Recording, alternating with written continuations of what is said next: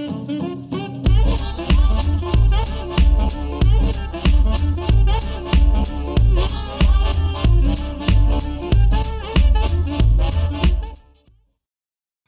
mom, so welcome to the Life Unboxed blog show, and this is where we talk about all things momtrepreneur, from raising your kids to running a business, and the most important one, keeping your sanity. I am Jodie the mom from lifeunboxed.blog, and I'm doing something a little different today, and I'm really excited about it. I sat down with a fellow mom and mom coach, Darlene Morant, and we just talked about her experience of shifting from her fantasy of being a mom before she had kids to the reality of it, and how she has shifted even her career, so that it is more centered around helping moms.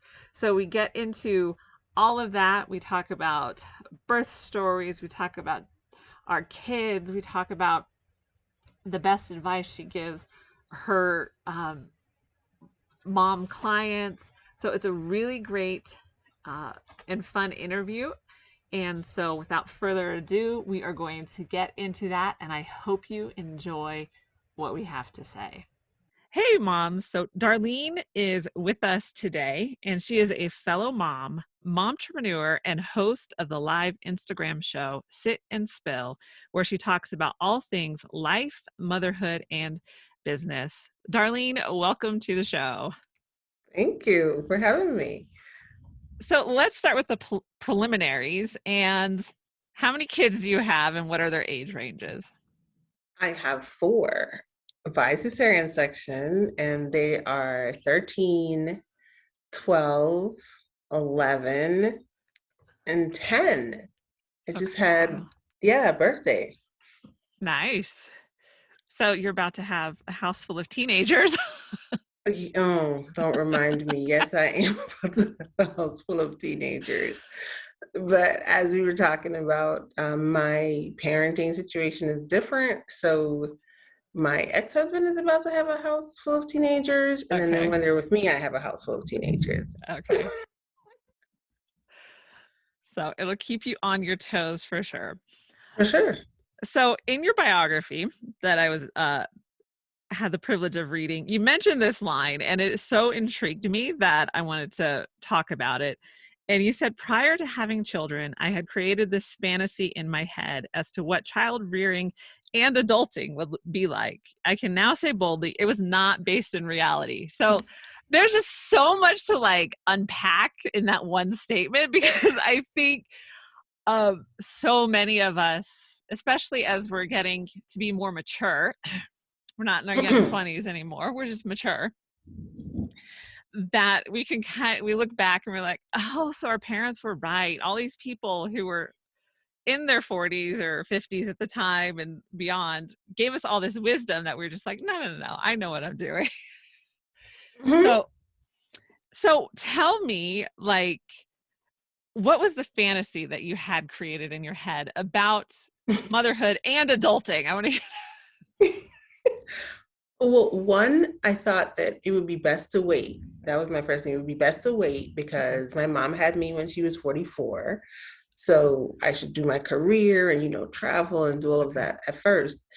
And then I thought, have 4. Don't know what, I was thinking with that because my mom had 5. Some of it was based on what I think I wanted it to be. And that is totally a fantasy. I was going to breastfeed and they were just going to come out of the womb ready to go to the breast, and, was going to happen. And, I would just be raising these beautiful babies, and I wanted to be a stay-at-home mom, and that I was going to homeschool. That's the fantasy that I created that I was talking about. And my fantasy was very elaborate. As you can see from the homeschooling, I had years planned out in this fantasy of homeschooling children and breastfeeding. And what happened was I became a mom right in succession. My first was a preemie. And then right after that, I was pregnant. And then after that, I was pregnant. And then after that, I was pregnant. So it didn't give me much space to say, oh, okay, maybe I can have this one and we can have this wonderful breastfeeding journey and then, prepare for the next. And it just didn't, it started to snowball in the opposite end of my fantasy really quickly. Yeah. So how far apart are your first two? They're about 14, almost 14 months apart. Okay, that is my first three are all 2 years apart, and then my last three are like 4 years and then 3 years. So I broke it up a little bit more.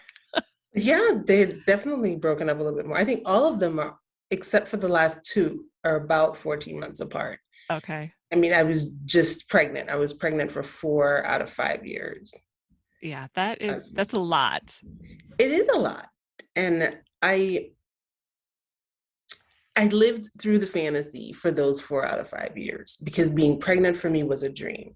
Okay, yeah. So I was able to maintain the fantasy until one started walking. And then I was like, okay, so I can't just sit in a position and have that one sit. I'm starting to have to chase. Meanwhile, I'm like 9 months pregnant, what, and then I have two hands and now I have three babies. And what are we doing? It was a lot. And the adulting part is where that came in. I'm like, who knew there was going to be diapers 24/7? I mean, Yes. did I not think that somebody was going to be here to help me with this? My husband at the time was working, and working a lot because now I had to be home. Okay. So, my friends, they stayed for the cushy part and then they left. And The I was, baby snuggles, yes.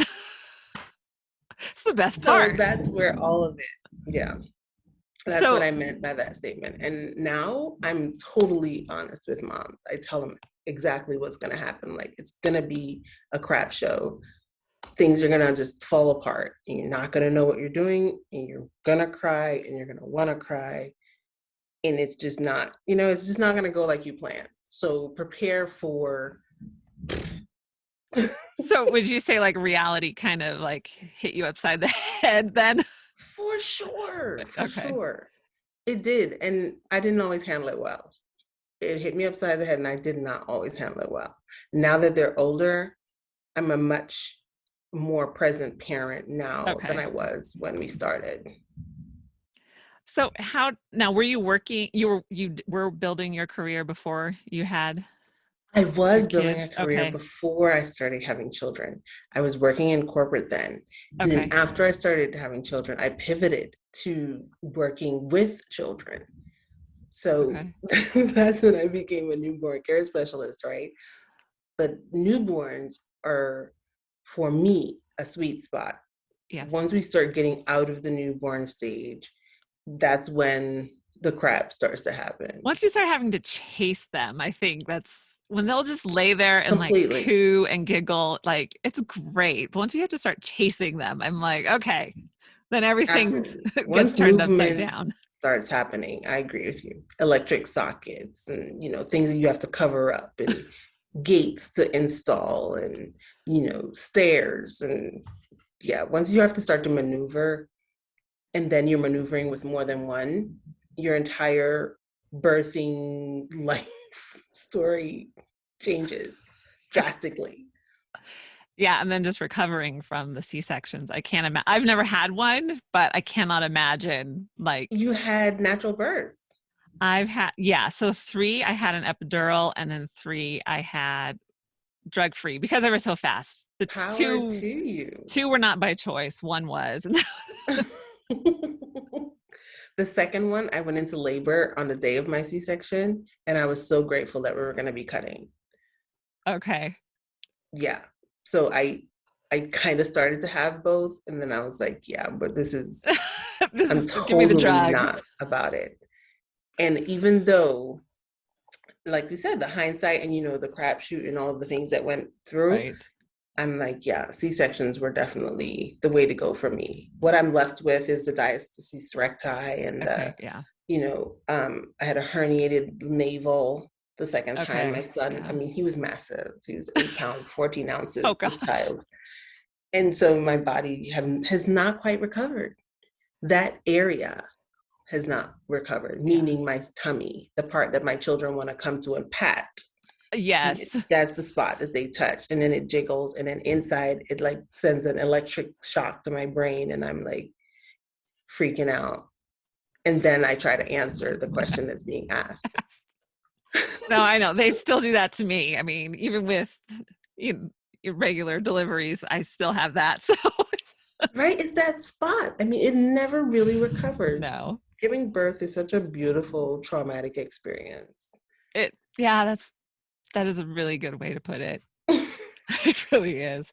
Okay, so you started in corporate and then you had kids and you pivoted to um Yep, newborn care. newborn care. So then how did you get from there to running your coaching business for moms? Now, do you just work with new moms or do you work with any moms? I work with moms. Now I work with Okay. moms that are in their 40s that have plenty of Okay. children.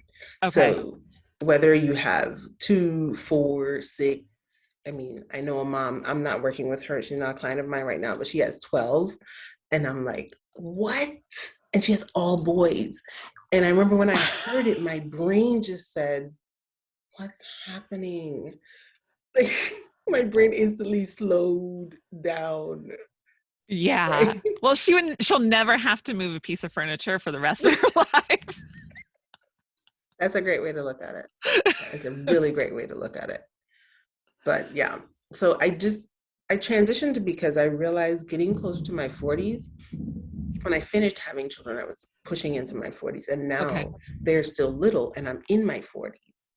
Right. And the things that I've had to go through with the perimenopause and my brain Okay. starting to shift and my hormones shifting all the time, and me, unfortunately, I've gone through a divorce now, and Oh, all of those things happening in my 40s, I was like, there's got to be a way to help moms go through this time period. okay. Because I believe wholeheartedly that had I gone through some of this in my 30s, I was better capable. In my 40s, there's just some things that have shifted. I think it's almost physically too, because I had my first three in my 20s and then my next three like in my 30s and later 30s. So now I'm in my 40s with a 2-year-old and I'm like, I can't believe I had three toddlers and was doing it by myself because at least like now I have my three older kids who really pitch in and help.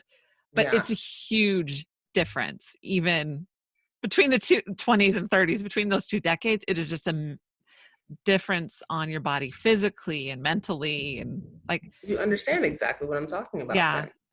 It's a, you probably have a lot more insight into it than what I'm actually now talking about, because you're not just a mom in your 40s with the children that you had in your 40s. You remember what your body did in your 20s, you remember what it did Yes. in its 30s, and now that you're in your 40s and like you said you have a 2-year-old, your brain is, for want of a better word, in a fog at times, Uh-huh. correct? That you did not Yes. have when you're in your 20s.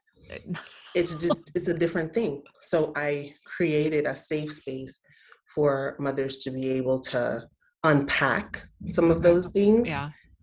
and an acronym called REST, giving Okay. them permission to get relaxation, experience, strength, and testimony, Okay. because we're going through a lot. And some of the things we don't talk about, even with our best friends. Mm-hmm. But with other women that are going through it, the judgment of some mom saying, oh, you did it like this. I'm like, no, don't bring that here. I did it how it worked for me. Right.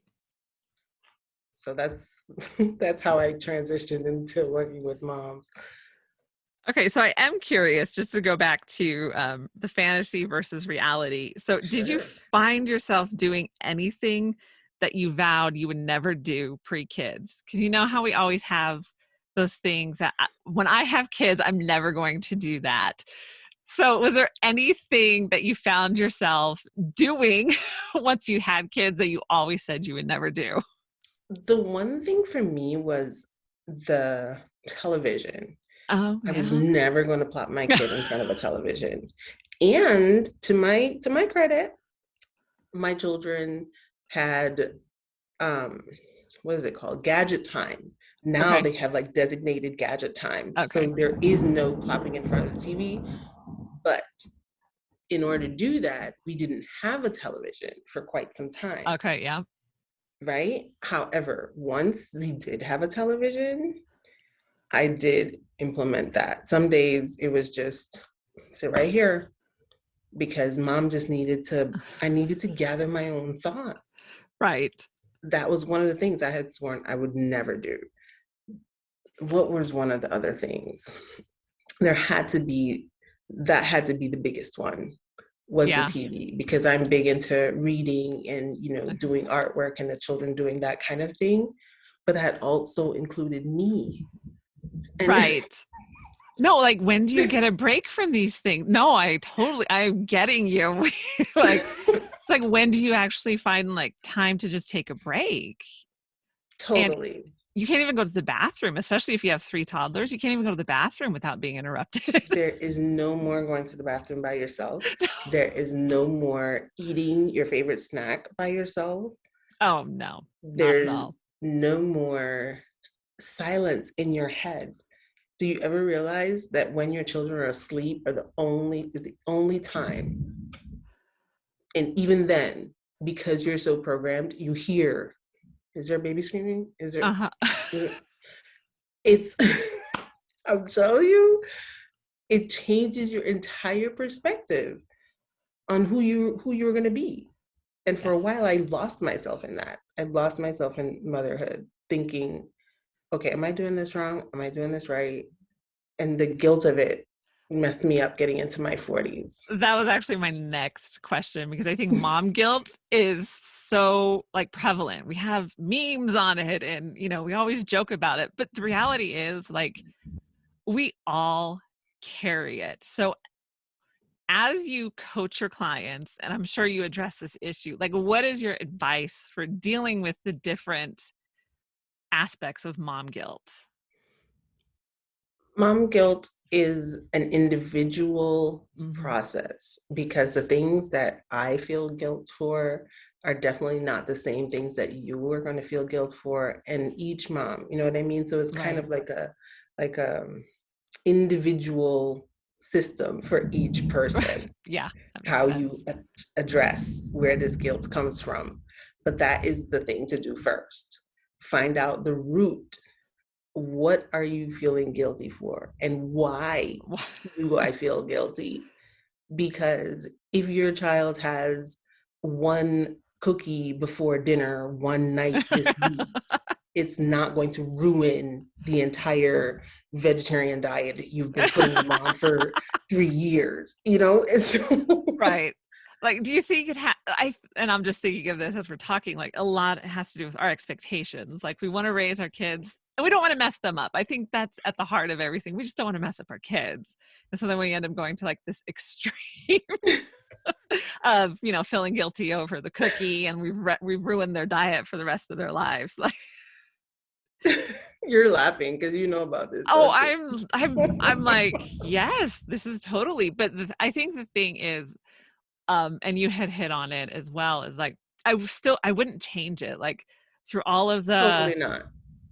through all of the poopy diapers and being pooped on and peed on and all of that kind of stuff, like I really wouldn't change You anything wouldn't. about it. And that's the thing, you wouldn't change the experience. However, you get to now change how you rear them and how you rear yourself. Yeah. That's adulting. Because it, for some reason, for me personally, when I started having children, like a certain part of me stopped so that I could do all these things that I thought I was supposed to be doing. Mm, right. And now that I've gone through so much stuff and had so many conversations with people who are just like, I don't know who I am anymore. My name's not mom. My name is not mom. My name is Darlene. And what does that look like? What does that feel like? Hmm. How do I preserve that? So those are honest questions that we do ask and that I do ask my clients in the group, and we talk about it from a non-judgmental way. Okay. It's your story. You're right. How are you going to write it? Yeah. But you get to do that. So, what is the most common concern that you address with your clients about being a mom? Is to not lose yourself. My Okay. most, because we are rearing children that are looking at us, Yeah. even if we're teaching them to be an electrician, or they said this week they want to be a pilot, and we steer them in that way to help them with that. We still have dreams. We still have our own things that we love to do. We still have the things that make our hearts sing so that we can be great for them. Yeah. And to do that, we need to remember who we are.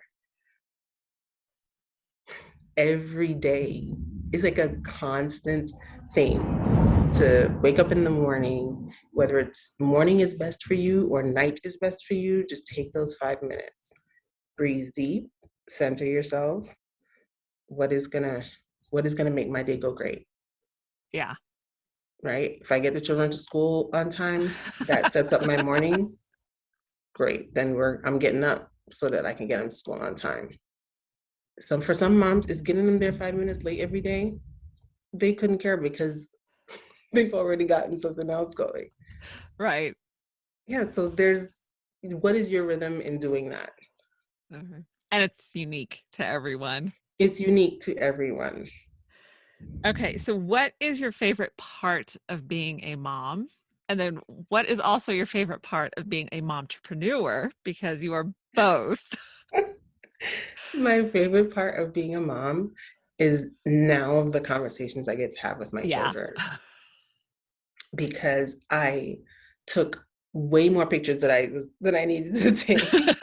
So, so whenever I need to pull something together, I can get pictures of them from when they were little to now, and I Okay. show it to them. We have these conversations, and like, oh, you're so cute, and I love having conversations with them right now that they're older. That's my favorite part. And when they were little, I didn't do baby talk. That Okay. was one of my things. So Hmm. they have very well versed speaking Yeah. conversation. Some of the words that they come up with, I don't want to hear, but I listen, and we laugh. And my least favorite, did you ask about being Yeah, a we could do mompreneur, it. or the Yeah. best thing about being a Best. What? mompreneur? Well, we can do either one. Is the legacy. I think I always wanted to be an entrepreneur. Okay. And when I became a mom, I started to shift a little and told myself that I was probably going to be just a mom, in quotes, and there is no such thing. Right. So growing up to figure that part out, I've gotten back to the part where whatever I build has to leave a legacy for my children. Mm.